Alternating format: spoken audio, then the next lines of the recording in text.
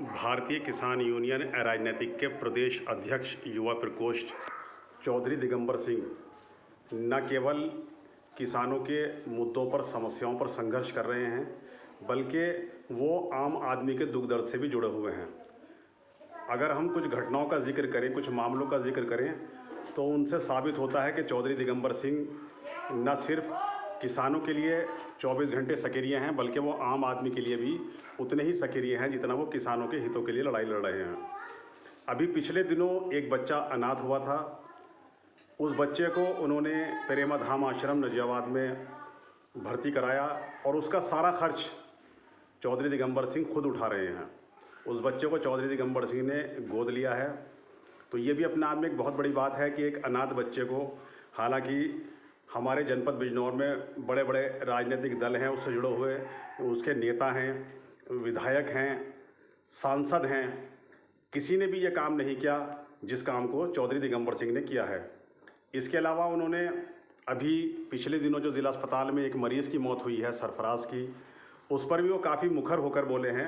आप इसी वीडियो में आगे देखेंगे, उन्होंने अपना बयान भी जारी किया है कि ज़िला अस्पताल में कितनी घोर लापरवाही बरती गई कि लाइट भाग जाने के बाद एक मरीज़ का डायलिसिस हो रहा था। उस अस्पताल में जनरेटर भी मौजूद था, और अस्पताल चाहे सरकारी हो या प्राइवेट हो, सभी अस्पतालों में जनरेटर की सुविधा भी होती है, क्योंकि लाइट भाग जाने के बाद तुरंत जनरेटर को चलवाया जाता है, ताकि अगर किसी का ऑपरेशन चल रहा हो, किसी की डायलिसिस हो रही हो, तो मरीज़ों को किसी भी तरह की दिक्कत या परेशानी ना हो।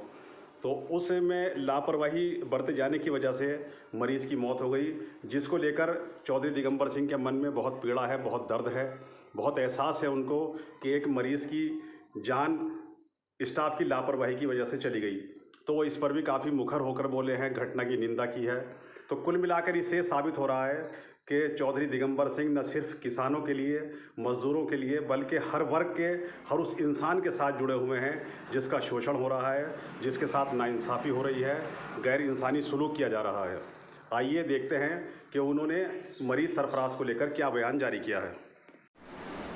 उत्तर प्रदेश के जनपद बिजनौर के अंदर जो विदुर मेडिकल कॉलेज है, वो पीपी मॉडल पर, विदुर मेडिकल कॉलेज में पीपी मॉडल पे डायलिसिस सेंटर जो है वो पीपी मॉडल पे दे रखा है, लेकिन उसकी देखरेख मेडिकल कॉलेज के प्राचार्य को करनी है।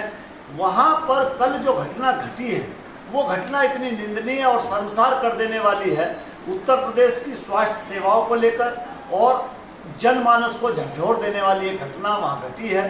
वह घटना, सरफराज नाम का एक व्यक्ति डायलिसिस कराने के लिए मेडिकल कॉलेज आता है, वहाँ जनरेटर में तेल नहीं है, बिजली चली गई और डायलिसिस मशीन बंद हो गई, जिसके कारण सरफराज की मौत हुई है। ये मौत कोई अचानक हुई मौत नहीं है। इस मौत के में हत्या का मुकदमा दोषियों के खिलाफ होना चाहिए।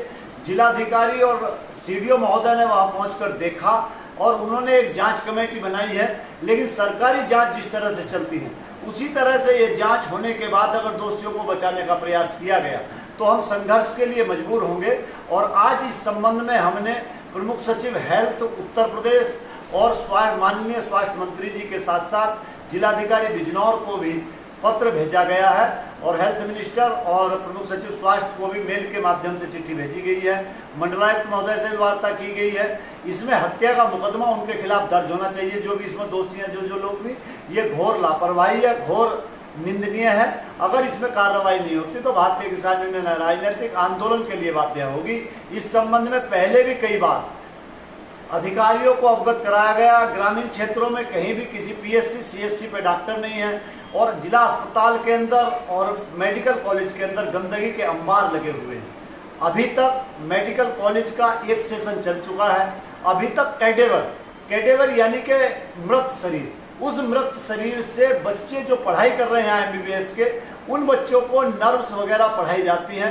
अभी तक कैडेवर उपलब्ध नहीं कराया गया। इस संबंध में भी कई बार कहा गया है, लेकिन बच्चों का जीवन बर्बाद करने में प्राचार्य यहाँ लगी हुई हैं, और वो प्राचार्य महोदय जो यहाँ है मेडिकल कॉलेज की, वो केवल धन उगाही में लगी हैं।